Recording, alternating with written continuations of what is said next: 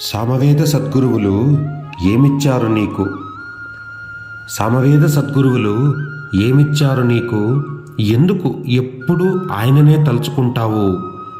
ఒకరు ఈ ప్రశ్న నన్ను అడిగిన తర్వాత నాలో కలిగిన భావాలకు అక్షర రూపం.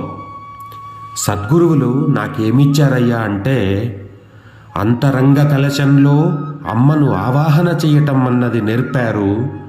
అంతరంగ కలశంలో అమ్మను ఆవాహన చేయటం అన్నది నేర్పారు. అఖిల విశ్వ పరివ్యాప్తమౌ అఖండ చైతన్య శక్తిని శివాకృతిగా ధ్యానవీధిని గోచరింపజేశారు. అద్వైతం అంటే అందనిది కాదురా, అది అందరిది అని నేర్పారు. కనుబొమల నడుమ కాశీ దర్శనం ఎలా చేయాలో చూపించారు. హృదయ కైలాస యంత్రంలో శైవీ కళల ప్రతిష్టాపన పద్ధతి తెలిపారు. రాసిబోసిన శివతత్వమే శ్రీశైల శిఖరంగా దర్శనం చేయించారు.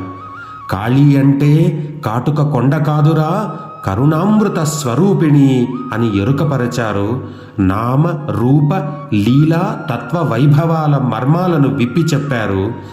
నామ రూప లీలాతత్వ వైభవాల మర్మాలను విప్పి చెప్పారు. మరి లౌకికానికి ఏమిచ్చారయ్యా ఆయన అంటారేమో పొరపాటున కూడా ఆ ఆలోచన రాకూడదు. కానీ సమాధానం చెప్పాలిగా. వృత్తి ఉద్యోగాలలో మెరుగుగా రాణించమన్నారు. ఆశ అందరికీ ఉంటుంది, అర్హత కొందరికే వస్తుంది అని సూచించారు. శుచి శుభ్రతలు, ఆహార నియమాలు, ఆరోగ్య సూత్రాలు అందించారు. అభయ వాక్యాలతో ఆపద్బాంధవుడై నిలిచారు. మెట్ట వేదాంతం కూడదని గట్టిగా హెచ్చరించారు. మెట్ట వేదాంతం కూడదని గట్టిగా హెచ్చరించారు. వ్యవహారంలో ద్వైతము, పరమార్థంలో అద్వైతము పరమ సత్యమని తెలిపారు. నామస్మరణ అనుక్షణము విడవద్దన్నారు. అనుష్ఠాన అధ్యయనాదులతో జీవితం పండించుకోమన్నారు.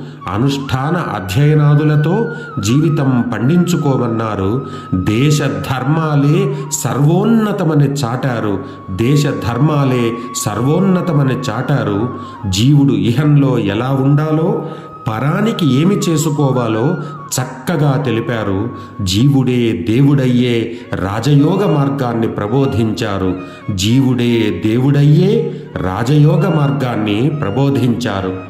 అన్నీ ఇన్నీ ఇచ్చిన ఆ గురుదేవునికి ఏమివ్వగలను?